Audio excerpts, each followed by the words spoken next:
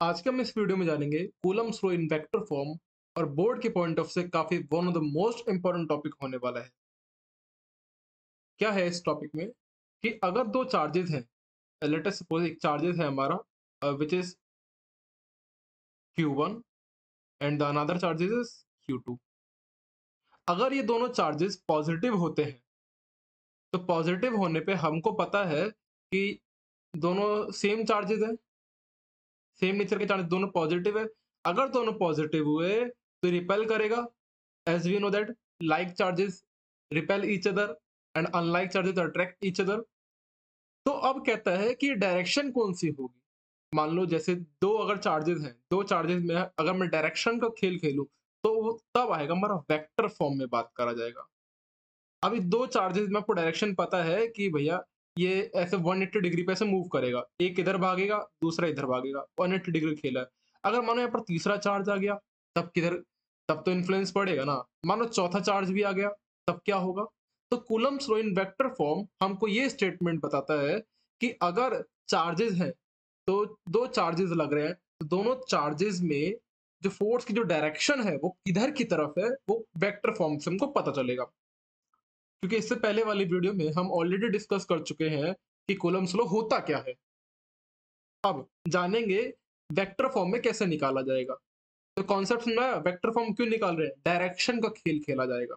ठीक है, तो अभी हम सिर्फ दो चार्जेस का निकाल रहे हैं, बाकी आने वाले फर्दर वीडियो में हम तीन चार्जेस के रिगार्डिंग भी देखेंगे, क्वेश्चंस बनेंगे उसके रिगार्डिंग। डोंट वरी, अभी सिर्फ दो चार्जेस के रिगार्डिंग खेल देखते हैं। तो बेटा जी, मान लेते हैं देखो दो चार्जेस है, ठीक है। एक चार्जेस, ये दोनों चार्जेस होगा तो 3D इसमें होगा। हम जानते हैं जैसे कि हमारा बेटा ये एक्स एक्सिस होता है, right. This is called the Y axis and this is called the Z axis. Clear है कॉन्सेप्ट। अब यहाँ पर मैं एक चार्जेस लेता हूँ which is what the Q1 और एक अनदर चार्जेस लेता हूँ which is what our Q2। ये दोनों सेम चार्जेस हैं, जैसे Q1 और Q2 लिया है वैसी है। हमको पता है कि अगर ओरिजिन से बात करें, एक चार्जेस हमारा क्या है Q2 की बात करें, तो Q2 अगर ओरिजिन से अगर डिस्टेंस लेता हूं, मैं इस ओरिजिन से अगर डिस्टेंस लेता हूं which is what the R2। अब बात करें ओरिजिन से Q1 की अगर तरफ लेके जाऊं तो that distance is called the R1। है ना, क्या होगा R1। अब इन दोनों के बीच में डिस्टेंस यानी Q1 और Q2 के बीच में अगर डिस्टेंस पता करूंगा तो कितना निकल के आएगा भैया जी। अब ये जो डिस्टेंस है, आप ध्यान देना, चार्जेस हमारा क्या लिया है हमने, ये चार्जेस लिया है, एक लिया है, इधर Q2 है, इधर हमारा क्या है Q1 है। दोनों की तरफ दोनों अगर पॉजिटिव चार्जेस है हमको पता है कि रिपेल करेगा। We know it very well. 3D shape में आपको अच्छे से समझ में आ रहा होगा, यहाँ तक तो समझ में आ चुका होगा। ठीक है, अगर चार्जेस Q1 इधर है, Q1 है, ये Q2 है। अगर Q1 पर, सुनिएगा ध्यान से, हम Q1 पे जा रहे हैं, मतलब Q2 से निकले Q1 पे पहुंचे, तो हम क्या लिखेंगे बेटा जी, R12 वेक्टर। ये हम कहां से निकले हैं, हम अगर Q2 से जा रहे हैं Q1 पर, व्हाट क्या कह रहा हूं मैं, Q2 से जा रहे हैं Q1 पर, तो क्या लिखूंगा मैं, R12। Got it the point और नॉट। क्लियर है यहां तक कि नहीं कॉन्सेप्ट, बताइए मेरे को आप। Q2 से अगर Q1 पे गए तो क्या लिखेंगे, R12। अब सिमिलर वे में अगर मैं बात करूं, हम किधर की तरफ मूव है, इधर की तरफ अगर मूव होते हैं, अगर मैं इधर की तरफ जाता हूं तो मैं क्या लिखूंगा बेटा, R21 वेक्टर। मैं किधर से मूव कर रहा हूं, Q1 से मूव कर रहा हूं Q2 पे, तो फाइनल माइनस का इनिशियल क्या लिखा जाएगा, फाइनल माइनस का इनिशियल। और जो R12 है उसकी वैल्यू क्या होगी बेटा, फाइनल माइनस का इनिशियल। फाइनल क्या है मेरा, R1 वेक्टर माइनस का R2 vector. Got it the point और नॉट। और बात करें इसकी तो ये क्या हो जाएगा हमारा, R2 वेक्टर माइनस का R1 वेक्टर। यहां तक कोई कॉन्सेप्ट में डाउट है तो पूछो, एक बार और समझा दे रहा हूं। पहले कॉन्सेप्ट आ जाए फिर आप खेलने में मजा आएगा। एक चार्जेस है Q1, दूसरा चार्जेस है इधर मेरा Q2। हम Q2 से Q1 की तरफ जा रहे हैं, हम इधर की तरफ डायरेक्शन में जा रहे हैं, तो मैं लिखूंगा R12 वेक्टर। क्यों? क्योंकि फाइनल माइनस का इनिशियल, फाइनल क्या है, Q1 पे जा रहा हूं ना मैं, R1 पर जा रहा हूं ना, कहां से निकला था, R2 से निकला था, फाइनल माइनस का इनिशियल, ये बात ध्यान देना।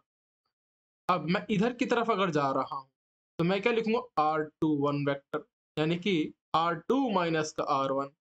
यस या नो, कॉन्सेप्ट आया कि नहीं आया, ऊपर से तो नहीं गया? चलो ठीक है, कोई डाउट है तो पूछो बेटा, कोई भी छोटा मोटा भी डाउट हो। ठीक है बेटा जी, आप देखिएगा, और इन दोनों की जो सेपरेशन डिस्टेंस है, हम क्या बोलते हैं जनरली, उसको आर बोलते हैं। क्या बोलते हैं हम? आर का मॉडुलस। आर का मॉडुलस यानी कि दोनों तरफ से बातें, तो जो आर का मॉडुलस होगा,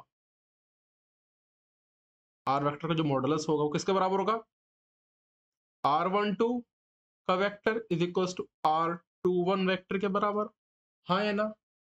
इतना, क्योंकि डिस्टेंस तो भाई बराबर ही है ना। चलो, आप चाहो तो ये वाला डायग्राम बना लो, कोई एक बना लो, दोनों चलेगा। तो मैं एक काम करता हूँ, ऊपर वाले को रफ कर देता हूँ।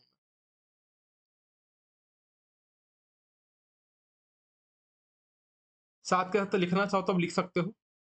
तो मेन कॉन्सेप्ट में अभी क्या पढ़ा, दो चार्जेस है, Q1 है, Q2 है, ठीक है। तो अगर हम Q2 से Q1 की तरफ जा रहे हैं तो हम क्या लिखेंगे, R12 फाइनल माइनस का इनिशियल। फाइनल कहां पर जा रहे थे हम, R1 पर जा रहे थे ना, मतलब Q1 पे जा रहे थे ना, किसके द्वारा, Q2 से, तो R1 माइनस का R2। बात करें Q1 से Q2 पे जा रहे हैं तो R2 माइनस का R1, that is final minus का इनिशियल। और इन दोनों को जो सेपरेशन डिस्टेंस है उसको R बोला है, यानी कि यहां से हम इधर जाएं, इधर से इधर आए, मतलब Q1 से Q2 से Q1 से Q2 पर जाए, Q2 से Q1 पर जाए, ये दोनों का सेपरेशन डिस्टेंस, ये तीनों तो बात एक ही है ना, कह तो एक ही रहा है। ठीक है, अब एक काम करो, इसको नोट डाउन करो पहले, फिर मैं आगे लिख पाता हूँ।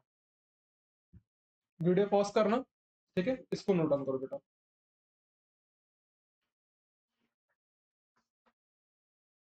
चलो, कर लिया होगा उम्मीद करता हूँ। अब मैं इसको थोड़ा सा और ऊपर कर देता हूँ ताकि अच्छे से क्लियर हो जाए कॉन्सेप्ट।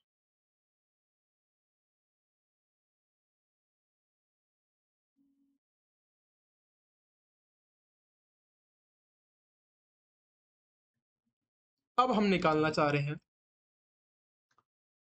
सबसे पहले लिखते हैं the force, the force act Q1 due to Q2। Q1 पर जो फोर्स एक्ट हो रहा है किसकी वजह से, Q2 की वजह से।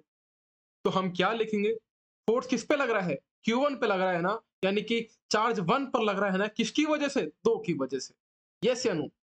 ठीक है, तो हमको अगर वेक्टर फॉर्म में लिखना है तो क्या लिखेंगे, इसको वेक्टर फॉर्म, ठीक है। तो ये क्या हो जाएगा बेटा, कि Q1 Q2 अपॉन में R मॉडुलस का स्क्वायर हो जाएगा।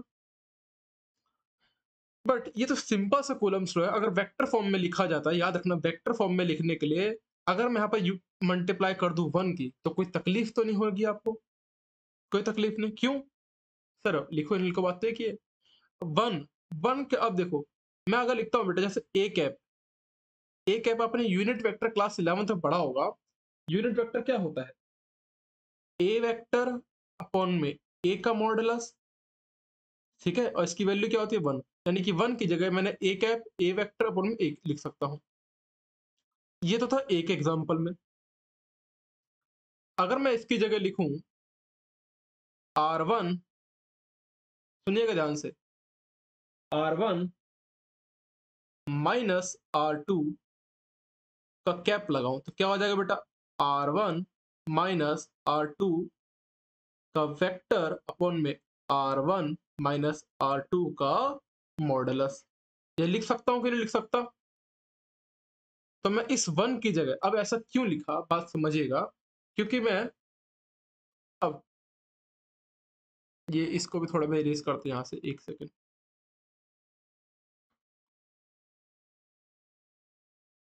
और इसकी जगह मैं अब देखो यहाँ पर ये लिख रहा हूँ F12 इज इक्वल्स टू के Q1 Q2 अपॉन में R मॉडुलस का स्क्वायर इनटू, मैं ऐसे लिख सकता हूँ R12 का कैप, जैसे मैंने ए लिखा है ऐसे ये भी लिख दूं, बताओ कोई तकलीफ तो नहीं? सर क्लियर हो गया यहाँ तो कॉन्सेप्ट की नहीं? ठीक है, अब इसी चीज को आगे देखना अगले पेज पे। मैंने लिखा F इज इक्वल्स टू के Q1 Q2 अपॉन में R मॉडुलस का स्क्वायर इंटू R12 का कैप। और हमको पता है अगर मैं R12 का अगर मैं कैप लिखता हूं तो इसका मतलब होगा R1, इसका मतलब क्या है? R12 कैप लिखता हूं तो इसका मतलब है R1 माइनस R2 का कैप, और जो कि बराबर होता है R1 माइनस R2 का वेक्टर अपॉन में R1 माइनस R2 का मॉडुलस के बराबर। क्योंकि एक फॉर्मूला हमने सीखा था ना कि जो ए कैप होता है वो क्या होता है? ए वेक्टर अपॉन में ए, ए वेक्टर अपॉन में ए का वेक्टर का मॉडुलस। ठीक है, उसी तरीके से हमने इसको लिखा है। तो हम इसको क्या लिख सकता हूँ यहाँ पर? R12 का वेक्टर इज इक्वल्स टू के Q1 Q2 अपॉन में R। अब ये R एक्चुअल में देखो, ये R एक्चुअल में सेपरेशन डिस्टेंस है। सेपरेशन डिस्टेंस को मैं अगर इसको 1 2 भी लिख दूं कोई तकलीफ तो नहीं होगा आपको? ठीक है, और R12 का इसका मतलब क्या है बेटा, बताओ मेरे को? R1 माइनस R2 का वेक्टर अपॉन में R1 माइनस R2 का मॉडुलस। ठीक है, और ये जो सेपरेशन डिस्टेंस है वो किसके बराबर होता है? के Q1 Q2 अपॉन में इसका जो सेपरेशन डिस्टेंस है R12 की वैल्यू क्या बताई थी मैंने? R12 की वैल्यू क्या बताई थी, बताओ मेरे को यहाँ से? R12 R1 माइनस का R2 vector, R1 minus R2 का वेक्टर का ये स्क्वायर इधर है, इधर R1 माइनस R2, और नीचे क्या आ जाएगा? R1 माइनस R2 का। तो अब देखो बेटा यहाँ पर ये एक जगह स्क्वायर है, एक जगह क्या है हमारा? पावर 1। तो यहाँ पर मिला के नीचे क्या हो जाएगा? तीनों जगह पावर, जैसे मैं ए स्क्वायर ए लिखूं तो इसका मतलब क्या है? ए का क्यूब। तो के Q1 Q2 R1 minus R2, और इधर क्या आएगा? R1 माइनस R2 का क्यूब हो जाएगा। हाँ है ना? गॉट इट द पॉइंट और नॉट? यही हमारा वेक्टर फॉर्म है। ठीक है, अगर मैं 1 से लेके चार्ज 2 पर जा रहा हूं तो यही हमारा क्या होगा? Vector form. और यहां पर आप मेंशन करना क्या कि सर जो के होता है वो क्या होता है? 1/4 एप्सिलॉन नॉट की वैल्यू होती है क्या? k equals to 1/4 naught. ये इलेक्ट्रोस्टैटिक कांस्टेंट है। चलो ठीक है, सिमिलर वे में मैं उम्मीद करता हूं कि आप अब F21 की वैल्यू निकालोगे, यानी कि the force act Q2 due to Q1। तो मैं क्या लिखूंगा? F21 का वेक्टर, हाँ है ना? जो कि क्या होगा बेटा? के Q1 Q2 अपॉन में R21 माइनस R1 का वेक्टर का क्यूब, इधर क्या लिखना? R2 माइनस का R1। बस कॉन्सेप्ट क्लियर हुआ कि नहीं? यहाँ पर के की वैल्यू डाल देना, के क्या हो जाएगा मेरा? 1/4 pi epsilon not. Concept clear हुआ कि नहीं? कोई डाउट तो नहीं? कॉन्सेप्ट क्लियर होना। कूलम्ब इन वेक्टर फॉर्म, दो चार्जेस है एयर में है, Q1 है Q2 है। ठीक है, दो चार्जेस सेपरेशन डिस्टेंस है, एक Q1 पे Q2 पे। अब मैं Q2 से अगर Q1 पर जाऊं तो मैं फाइनल माइनस का इनिशियल यानी कि R12 वेक्टर बोलूंगा, R1 वेक्टर माइनस का R2 वेक्टर। और मैं अगर 1 से 2 पर जाऊं यानी कि फाइनल माइनस का इनिशियल, तो फाइनल क्या 2 पे जा रहा हूँ 1 के द्वारा, तो R2 वेक्टर माइनस का R1 वेक्टर। और ये तीनों का जो डिस्टेंस की बात करूँ मॉडुलस में एक ही बराबर रहेगा। ठीक है, ये अगर मॉडुलस लगा दो तो सेम रहेगा मॉडुलस में, क्योंकि डायरेक्शन खेल लिया, बस माइनस में आ जाएगा क्योंकि डायरेक्शन का खेल है। तो इसमें मॉड लगा दूंगा, प्लस हो जाएगा जो वैल्यू निकलेगी। The force act Q1 due to Q2, तो F12 के Q1 Q2 अपने R स्क्वायर। बट यहाँ पर अभी वेक्टर नहीं आएगा, क्यों? क्योंकि अभी यहाँ पर हमने यूनिट वेक्टर नहीं लगाया। यहाँ पर जैसे ही हमने यूनिट वेक्टर लगा दूंगा तब पर वेक्टर खेल चालू हो जाएगा, डायरेक्शन खेल। अब इसको हमने आगे फर्दर सॉल्व करा, आर स्क्वायर मॉडुलस को हम R12 भी लिखे, बात तो एक ही है, ठीक है। इसको आगे सॉल्व करा तो हमारा क्या है, k q1 q2 r1 vector minus का r2 वेक्टर q, इधर r1 माइनस का r1 वेक्टर। क्लियर है कॉन्सेप्ट बेटा? सिमिलर वे में इसी तरह हमने ये भी करा है। तो कोई डाउट हो तो कमेंट सेक्शन में बताना बेटा।